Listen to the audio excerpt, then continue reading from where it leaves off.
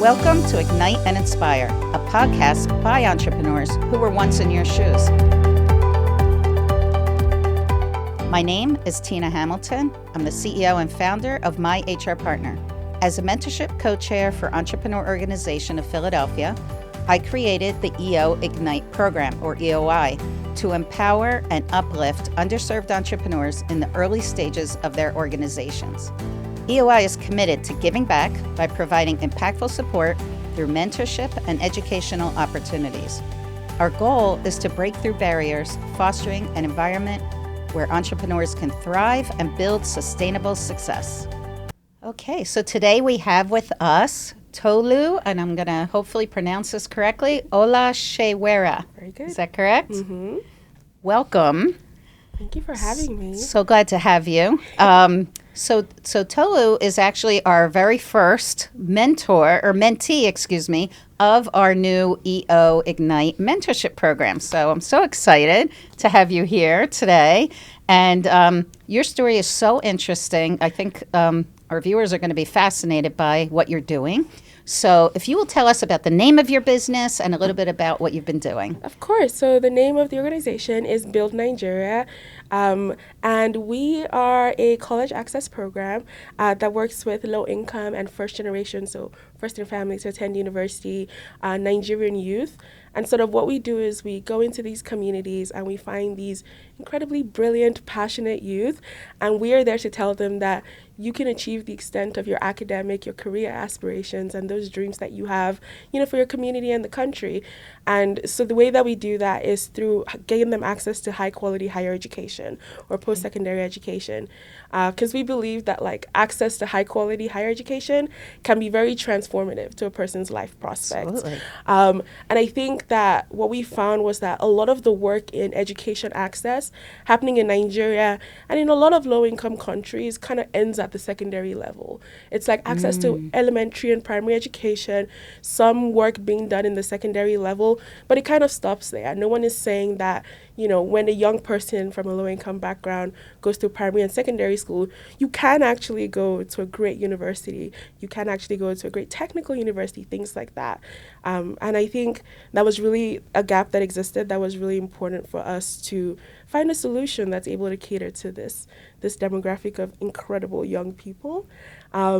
I can talk a little bit about how we were founded, maybe. I would love that. And I want to ask first, the students that you're finding, yes, they're in Nigeria? They are in Nigeria. They all live there? They all live there. They're from all around the country. So in our second cycle of, getting applications, we've been able to reach 20 out of 36 states and over 185 secondary schools, which is really great. Again, because a lot of great, interesting things happening in the country tend to be concentrated in 3 states, Lagos, Abuja, and Port Harcourt. And so it was very important for us from the beginning to have a solution that any student in the country can access, which comes with its challenges, which I could talk a little bit more about later. Love that. But a little bit about our founding. So I think our story really starts with our founders, so myself and my co-founder, Ife, who's unfortunately not here. But I think as a young person, I grew up in Nigeria. I was born and raised in Nigeria, left Nigeria when I was 17 for college. And when I was younger, when I was in secondary school, I did a lot of volunteering. I was peer tutoring kids from low-income backgrounds, teaching English over the weekends, preparing them for our big national exams. And through that work, I got to meet so many incredible young people who I realized were coming from communities where there was this sort of sentiment that the things that they believed for themselves, that they wanted to achieve in their lives, the dreams that they had, no one was, there's no way to do it. You know what I mean? There's no opportunity. They're going to schools where teachers are not coming to class, there are no textbooks, and they sort of have these ambitions, but there's no path for them to get there. And so it was really heartbreaking, and I don't want to say it radicalized me, but it made me really angry because I didn't feel that there were many people thinking about this huge youthful population. I mean, we're I don't know what the percentage is, but I think by 2050, we're going to have one of the world's most youthful populations. There's a lot of young people in Nigeria.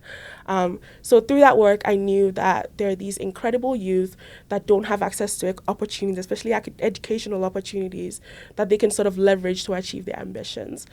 So I kept doing that work. And when I was in my second to last year of secondary school, I decided I was going to apply to colleges in the US. I didn't really know anything about the process, but I found that a lot of US colleges are able to give a very significant amount of aid, financial aid, even to international students, which is not common. Like the UK doesn't do that. They actually charge you more if you're an international student.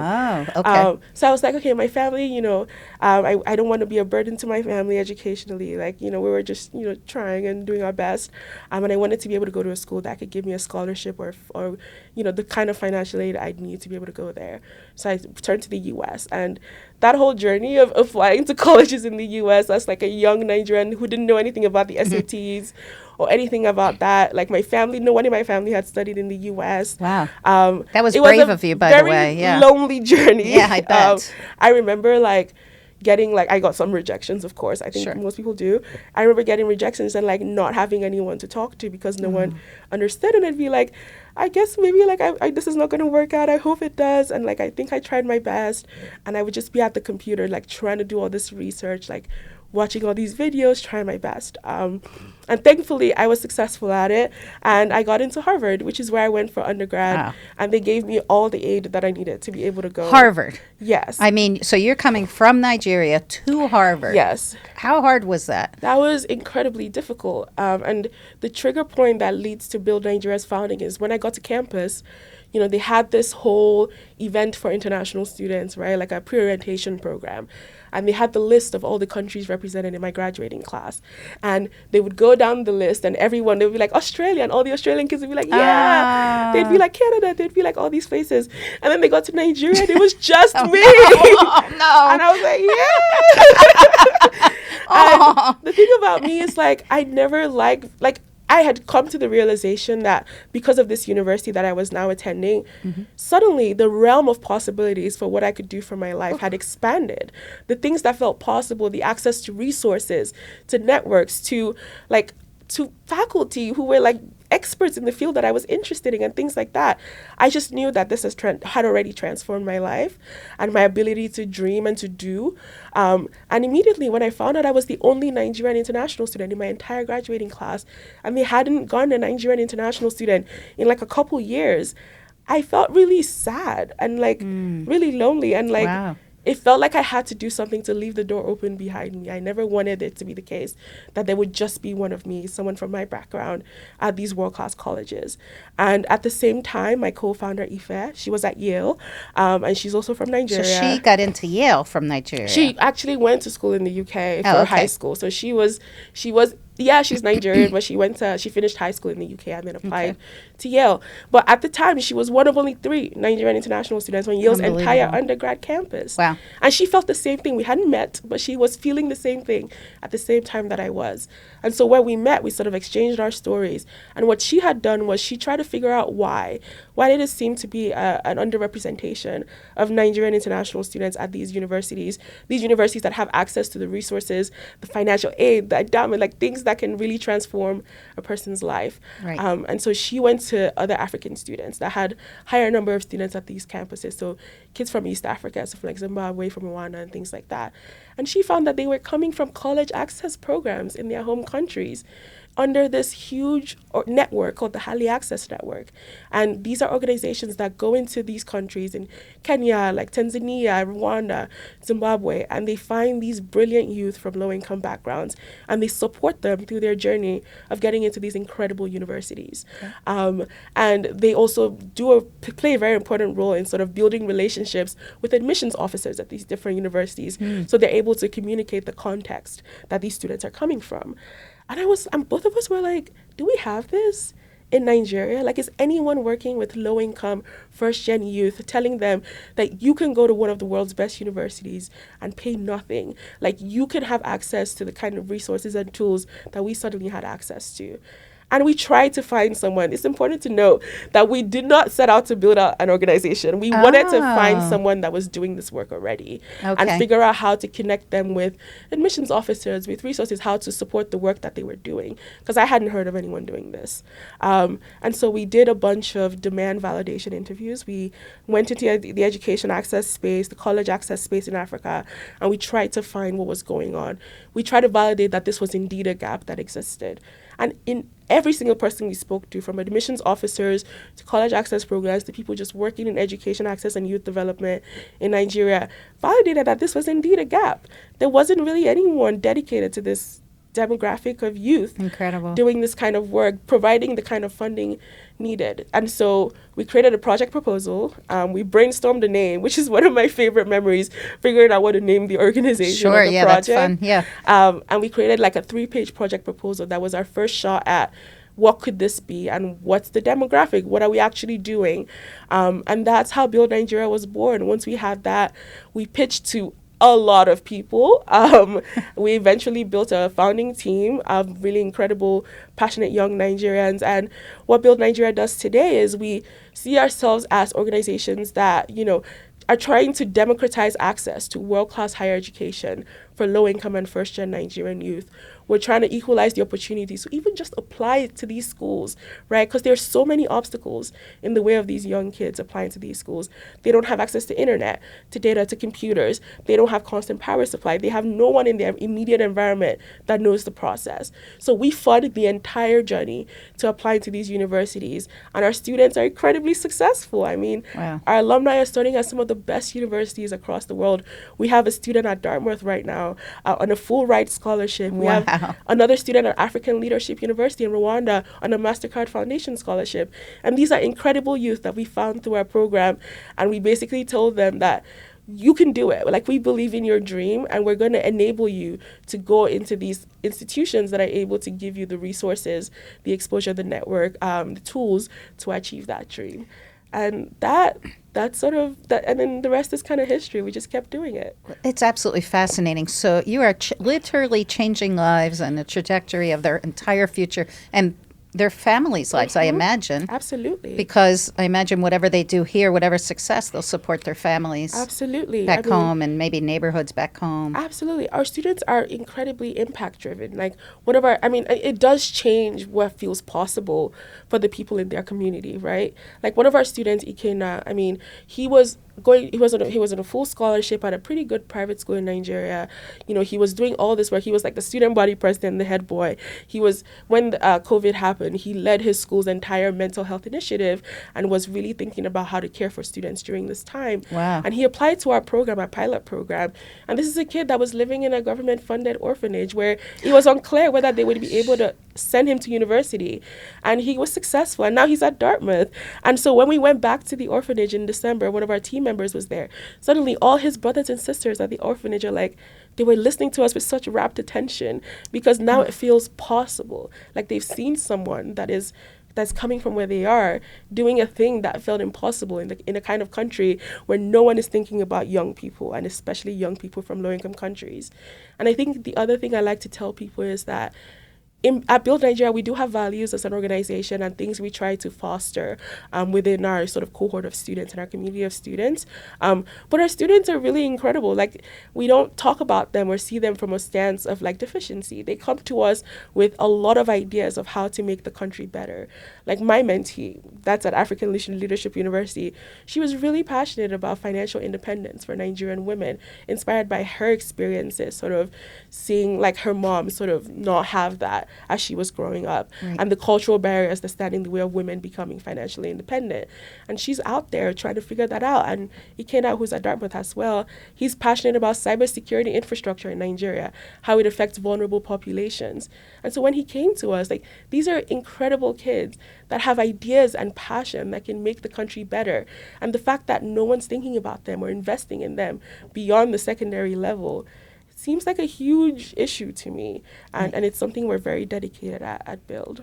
I wonder what kind of movement you'll end up creating after this. So I'm curious, what do you look for in a student? Like, how do you decide to work with a student? Absolutely. So we sort of look for a lot of things. So our students are either sort of SS2 or SS3, which is the equivalent of the 11th or the 12th grade. Okay. And sometimes we are able to work with students who are like on their first gap year. And a lot of it is actually the case that the gap year students we work with, they're on a gap year because their families can't afford to send them anywhere. Okay. So definitely fits our criteria for financial need. So we look also for students who are low income. And the way we define that is students who would even struggle to attend university, even in Nigeria, even a local university. But we sort of get a sense of their household situation, speak to their guardians, their parents, and try to understand, where the need is. And then we look for students who have high academic achievement. And this is kind of context-based, which is why the work that we do is important. Because to an admissions officer who works with American high school students, for example, you want the 4.0. Like, you want a student who has all A's. And this is what people feel when they see students who go to Harvard, for example. But we are able to provide a level of context and say, this kid is like going to a school that is underfunded, that is this and that and that. And the fact that he graduated with a B+, it's the highest grade of anyone in that school for the past 5 years.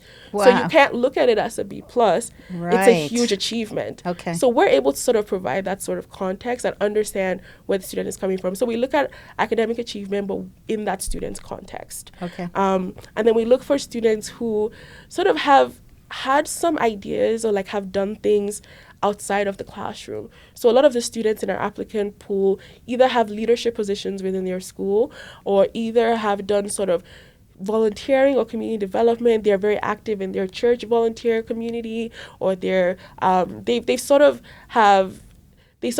are trying with what they have to pursue the things that they're passionate about or having some impact. And honestly, that's not a hard criteria because most of the students who apply to Build Nigeria have something like that. And then we sort of look for other things. Like, we look for, like, are they able to sort of articulate what it is that they're trying to get out of a college or like a higher education, or like, why do they want to go to college? What do they want to study? How are they able to articulate this? But it's a bit of a tricky thing. So we have a written application and we sort of do like visits to schools and things like that to talk to students. And then we have an interview portion, which is really where we get to learn about students. And then we do a testing portion to get a sense of, it's kind of like an abridged version of the math and English version of the SAT. And it's not really evaluative. It just gives us a sense of where they're at. And then we kind of balance all these things. A lot of deliberations, a lot of figuring out how do we get a full picture of this student and how do we figure out if they would be dedicated to and successful in our program. But I think the hardest thing that we have to do is reject students. Oh, I bet. That must be tough. Like, it always is very hard.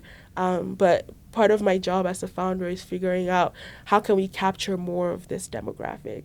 Our cohort size might have its specific number a year, but what are the other things that we can be doing to reach this demographic of young people? What are the partnerships we could have that can give them access to other kinds of opportunities and things like that? So that is the thing that motivates me, figuring out how do we cater to more people? How do we scale, quote unquote? Right. Yeah. Right, and make a bigger impact. Exactly. So how long have you been doing this, Tolu? So my co-founder and I met in 2020, in August of 2020. And between August and December, we did all those demand validation interviews. And by like January 2021, we had built a founding team and a board of advisors.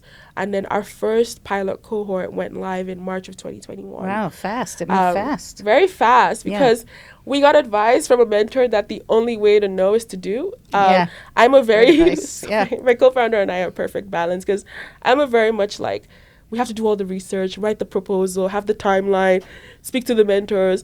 And then she's like, yeah, but we just have to do it. Yeah. And so we kind of balance each other out that way. Absolutely. So we learned a lot in the pilot cohort. The idea was to beta test to see if this was possible. If we could run a hybrid one-to-one mentorship-based college access program for low-income first-gen youth, what would that look like? And we were lucky that we were able to raise a lot of funding to run this beta test and to be in a position where we were able to cater to the needs of our students as we became aware of them.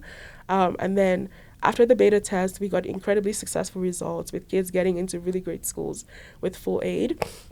And then what we did was we took a few months to basically conduct retrospectives. Like, we were like, we need to unearth everything that happened in this pilot year and figure out what went wrong, what didn't go wrong, how did we address what came up, what could we do differently, how should we change the timeline, the curriculum, how do we understand what the student's experience was like. Absolutely. As well. So we did whole scale sort of like retrospectives and then iterated on the program and then ran it again. So we're in a second cycle. Applications just went live for the third cycle today, yesterday. That's exciting. So we keep getting better. We keep growing. We've not done this for a long time. We're like 3 years and a few months maybe old. But your feet are wet. Our feet are wet. Yeah. Our feet are wet. Yeah. So what so far, I can't imagine the challenges that you must have had, but what would you say were the biggest challenges and maybe biggest lessons that you've had in your 3 years of doing this? Absolutely. So I think one of the biggest challenges has been, I think we're still very much in the learning phase of what it means to work with this demographic of youth, because no matter how thoroughly we plan for a cohort, there are always things that come out of left field. There are always things that are like, oh, this is happening. Of course it's happening. Now we need to respond. And it's a challenge, but it's also an opportunity. And that's the way we see challenges at Build, because it's an opportunity for us to improve and for us to be better. So like we have all these case studies of situations that have happened with students. Like I'll give you an example. There was a student that we worked with, incredibly brilliant young person. She was very dedicated to the program in the beginning, and she just stopped attending. She just, stopped. Yeah. And we were trying to figure out, what was going on. And the long story short is that her mother didn't want her to go abroad for university because her mother's brother had gone abroad and never came back home. And so she had this feeling that she was losing her daughter to going to college abroad. Okay. And a lot of the work that told us that it was important to build relationships with parents, to communicate the work that we're doing, to understand their anxieties and their fears, something that I don't think we really did a lot of as the pilot. And so and it became a really tricky thing in terms of liability as well. Like, can we work with a student whose parent, even though they signed the parental consent, isn't really explicitly excited about them going down this path, or isn't 100% giving their consent? And so it became a very tricky thing and a conversation that we had to navigate. So it's just things like that, you know what I mean? Yeah. Things you can't really foresee, but that happen. And then we're like, we have to respond. We have to create crisis communication sort of strategies. We have to figure out which one of our mentors can we use as a sounding board for this, and things like that. So I think I always say that that pilot was a year where most things went right. And then the cycle that we're running now is the year where we really learn what can go wrong. And I think both things are successes, right? Because they allow us to be stronger. Right. And I think the other thing you asked was challenges and lessons. Yes. Lessons. I think there are a lot of mindset kind of lessons that we've learned. Okay. So one of the big ones is, and we learned this really recently actually, is that not everyone's going to like what we're doing or is going to be on board with what we're doing. And that's okay sometimes. And tell me about what kind of critiques. What's that? Critiques or? Yeah. Well, no. Who wouldn't like what you were doing? What would be that group of So there's people? A few perspectives that we run into a lot. Okay. Now, the most popular one and the most challenging one that we faced at our inception, because I should say that the way that we raised our funding was that we became very successful at getting funding from student venture programs, student innovation programs, startup programs. Okay. So we were out there pitching at Startup Yale, at the Harvard Innovation Labs, at Wharton. We were telling people what we're doing and we're getting funding for it, seed funding. So in that environment, you get exposed to a lot of people who have a lot of perspectives about entrepreneurship, about social impact, and things like that. And so one of the challenging perspectives we sort of kept running into were people being like, what we're doing, isn't it just brain drain? Aren't we just taking talented young people out of the country, putting them in a country like the US, other African countries, the Canada, whatever? Aren't we taking talent away from Nigeria? And isn't that going to hurt the country? I see. And brain drain as an argument, I have a lot of problems with, because I think it only becomes salient and it only comes up especially when we're talking about low-income countries and low-income people. And it took us a while to develop a response to this because it just kept coming up on Zoom calls, at events, and things like that. And I think what it went down to was that agency is very important in working with kids from low-income backgrounds, because I study government, so I thought I was going to be a politician. I thought really? that I was really passionate about education reform, and I thought it was possible. And I can talk about why I'm not sure how possible it is anymore. Oh, no. But I think what it came down to was we had to communicate to people that, yes, we need talented, smart people working on systemic issues back home, but we're not going to build our country off the backs of low-income kids sacrificing opportunities that can be transformative to them in favor of building this country. Like, yes, we need people like perhaps me or like other people thinking about Nigeria, but the way that I had the agency to decide I wanted to go to school in the US, the way that I had the agency to decide I want to build Nigeria, even though it's a very difficult thing to do, our kids also deserve the agency to design their lives the way that they want and to seek opportunities that may be beyond the country. And taking away that agency is like taking away the dignity of a human person to design their life. And so we say, yeah, like there's a problem with brain drain, but that is more a response to like the horrible state of affairs back home than it is giving opportunities to low-income kids. Right. And so that is like, so there are people who are very adamant that like, we need to like, I don't know, like we shouldn't take these kids out of the country. And it's really hard to communicate to someone who's made up their mind about what development looks like and what it takes to sort of, I don't know, change a country or whatever. Are those people in Nigeria or are they people local both. here in the U.S.? Both. There are people in Nigeria, but there are also like people in the U.S. that we've spoken to. But I will say that talking with people like that was really helpful because it helped us understand the different ways people might perceive what we're doing. Right. And it actually led to like a really interesting exercise we did on our theory of change. So like very early on, we learned about doing a theory of change and, you know, especially how important it can be for a social impact venture. And the theory of change sort of forces you to reckon with the root cause of whatever it is that you're doing and whether or not you're creating a solution that solves a symptom of that problem or a byproduct of that problem or that problem itself and what that can look like. And so in contending with the problem of brain drain, what we did was try to figure out, okay, eventually, let's say 10 years down the line, 20 years down the line, we're going to have this community of globally educated, highly skilled, impact-driven, well-connected young Nigerians that are passionate about making change. Is there a way that we can channel that energy and that passion towards having some development or some change back home? And again, like I said earlier on, our students already come to us passionate about their community and their country. So we sort of had to think through what would it look like for this community to be in service of the country without having students, without like doing things that other organizations do, like say, if you go through our program, you have to go back to your African country within 3 years of graduating. Okay. There are actually programs that do that.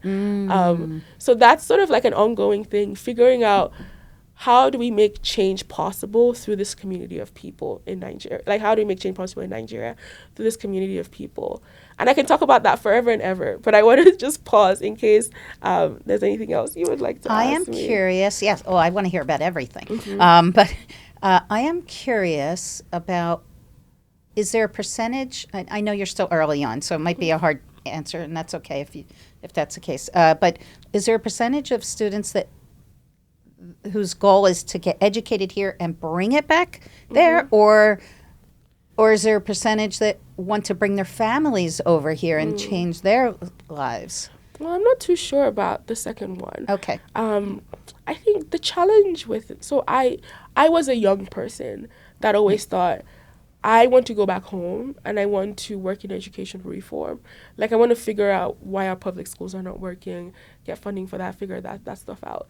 The challenge, so I think a lot of our students in an ideal world would want to go back home. I tell people this all the time. If there was a Harvard equivalent in Nigeria, I would never leave my home country. Like, I don't want to be thousands of miles away from my entire family, right? And I am passionate about my country and its people. But I think the challenge is doing good work in Nigeria is incredibly difficult. There are a lot of obstacles in your way. Like, I don't know how to explain how hard it is to work with systems that just don't work and are designed not to work. Like, I'll give you an example. In our founding, like, we had to apply for like a certificate of incorporation to be a nonprofit in Nigeria. It took us like 4.5 months just to get the application through. Wow. Because the Corporate Affairs Commission apparently was like launching a new website portal, and like we would fill it out, and then it wouldn't save any of our changes. Have to go back. We called them, no response. And then we submitted our name as Build Nigeria, and they were like, you can't have an organization with Nigeria in its name. Oh. And we're like, okay. And then we changed the name, and then they kept rejecting it. And like, that's just one example. Like, if you speak to any Nigerian who's tried to come back, if they like studied abroad or whatever, and even just Nigerians in Nigeria trying to do good work, like we see this with a lot of our partner organizations, it is incredibly hard. Like, everything is designed against you. Like, it's so terrible. Okay. And you're contending with systems that are designed not to work. And so for a young person who is trying to do two things, trying to follow their passion, but also trying to have a good quality of life and trying to be happy and, you know, whatever that looks like for you, it is really hard to go back into an environment where everything is broken. And I'm not being dramatic. Like, it is the thing that keeps me up at night, the fact that there's just widespread corruption. There is no political will to fix the nation. No one is thinking about this youthful population. There are no social amenities. Like, our health infrastructure is crumbling. Anyway, this is all doom and gloom. But so it's really hard. So I think our young people want to go back home and they want to make change, but it would be disingenuous to tell a young person, oh, you can like just go. Like right after grad with no like work experience, no savings, whatever. You can just do it. Like, It's hard. They probably wouldn't succeed. I'll give one, silver lining that I've seen happening in the space. So people know this. People are aware of this. It's really hard to make change. Even if you're really wealthy, there are just some things that don't work. And so there's an organization back home, a venture program, and what they're doing, and I'm sort of keeping a really close eye on it to see if it'll be successful. What they're doing is they're anticipating all the challenges that a young entrepreneur can face if they wanted to come back home to start a foundation, start a nonprofit, start a business. They're anticipating all those challenges, and they're creating resources in-house that will help them navigate those challenges. So legal services, connections in the government, like experts or mentors that have gone through whatever host of resources they're doing.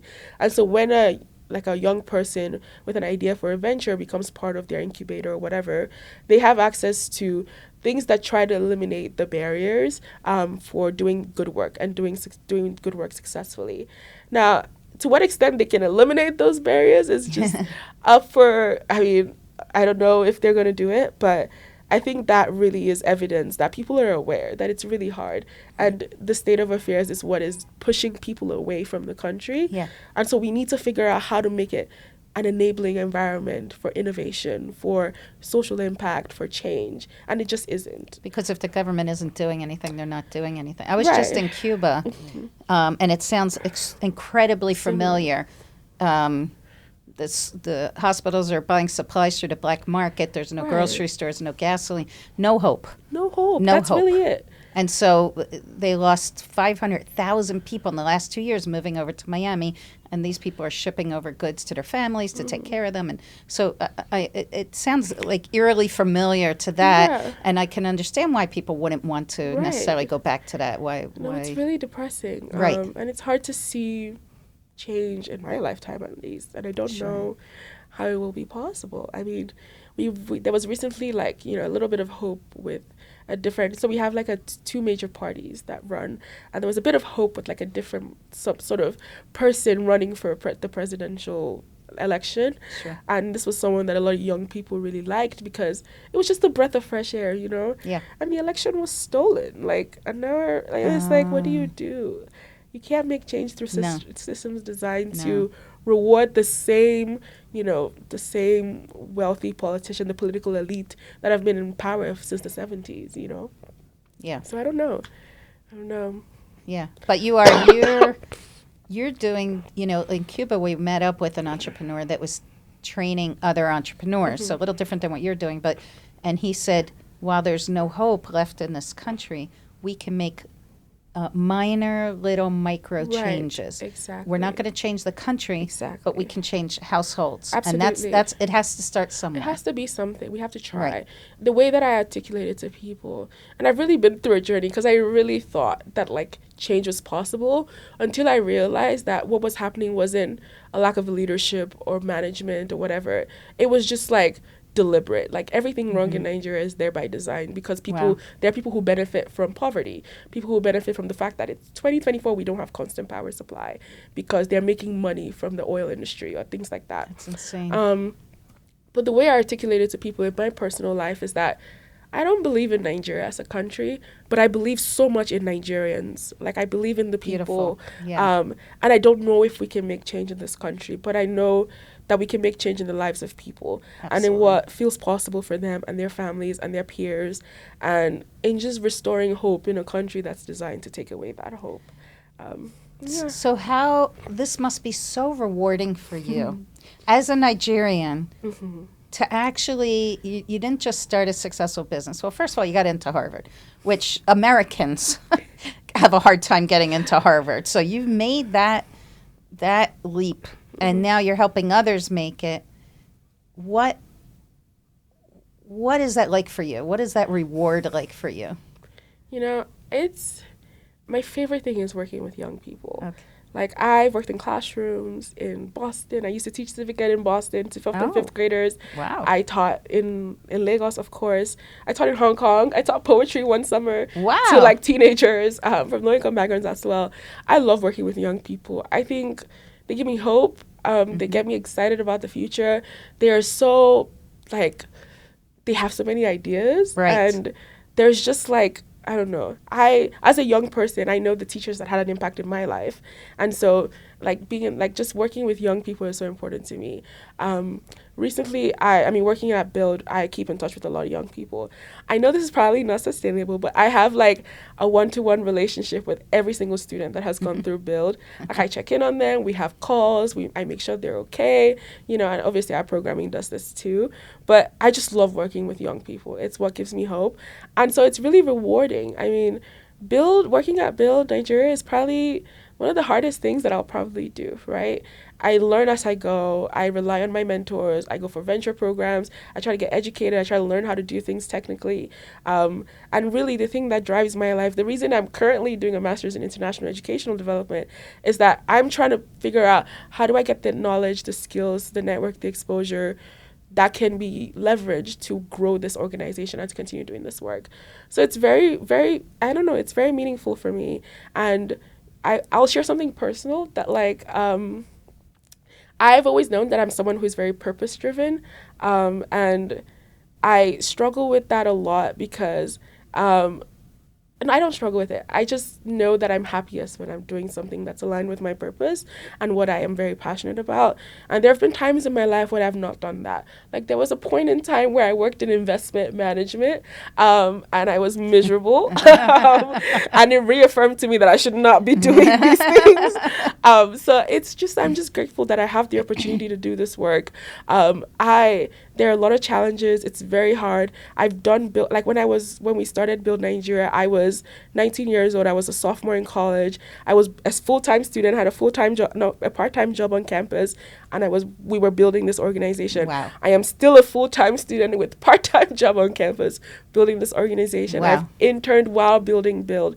It is hard, but every day that I get to spend with our students, how I see them change from when we meet them to when they're off to university, the change in confidence, in ability to articulate what they love and what they're passionate about, ability to see a future that is bright, like that, like it's worth the 5 a.m. wake-up calls because of the time difference. I can only imagine it. Right. I mean, that's right, because you're working over with that time difference. Right. But I can't imagine how rewarding your life must be, as busy as you are. And I didn't even realize you were still a full-time student. So I have two final questions for you. And one is, what is your vision for the future with Build Nigeria? Right. I think it's taking shape. I think we wanted to focus on one thing. We tell people we're a college access program because that's what we've launched. That's what we've built. That's where we have results. That's where we can speak with some authority about what we've done. But what I really see and what is sort of reflected in our theory of change is we believe in like a multifaceted approach to solving the issue of education access and education quality in Nigeria. Because I think this is true in I'm learning this in class, by the way, but this is true in the development world, is that there was a huge push for education access, E4A, education for all, right? Okay. This came about, everyone needed to get access to primary education. Eventually, they focused on secondary education. But I think what we lose in conversations about education access is questions about education quality. Like, there are some people, including the UN, that will define education access as successful if a person can read, write, and do math. That's the goal. Okay. But I think education is more than reading, writing, and doing math. Like, I think education is a really powerful tool that can really inspire a young person, that can give them access to a world of knowledge and allow them to envision their space in the world and like what they have to contribute to this world of knowledge and world of doing things. I think it's more than reading, writing, and doing math. And I think higher education is a place where that kind of learning that I think is like what my philosophy surrounding education happens. And that's why I'm really passionate about post-secondary and higher education. But in terms of the future at Build, we're thinking through a multifaceted approach to the problem of education access and quality back home. What could we be doing, right? And I think what I'm doing this year is trying to figure out, so this is one path we've created, right? The path of brilliant, young, low-income kids going to world-class universities globally, including great universities in Africa. What are the other paths for a young person who is just as brilliant, who is talented and passionate and eager to learn and work? What could those other paths look like? And so I'm thinking about, what is like, I don't know, what could apprenticeship look like? Or what could skills development as opposed to formal higher education look like? What are all these paths, and how can we sort of create partnerships? How can we leverage what is existing? How can we say that we're creating a host of solutions that is designed for these low-income kids to gain access to several paths that allow them to achieve their career aspirations, their academic aspirations? It's hard because I struggle with, like, I know what our mission is. Our mission is to, to work with low-income first-gen kids to get them access to transformative higher education. But sometimes I have to caution myself and say, this idea that you have, is this a whole nother organization, or is this complementary to the work that we're doing? So that's sort of a place where we have to sort of just go out there and learn and figure out what could these other paths look like. We currently have a member of our team, on our tech team, and he just joined, and he wasn't able to go to university. Like, they weren't able to afford to send him to university. And he learned all these tech skills on YouTube and online. And he's been able to get jobs, and he's, dedicating time to working at Build. So I'm trying to think about, from his story too, what does that look like? What are these different paths, and how can we figure out how to provide these paths, bring it closer to this community of young people? So that's our vision. I'm excited about the future and this journey.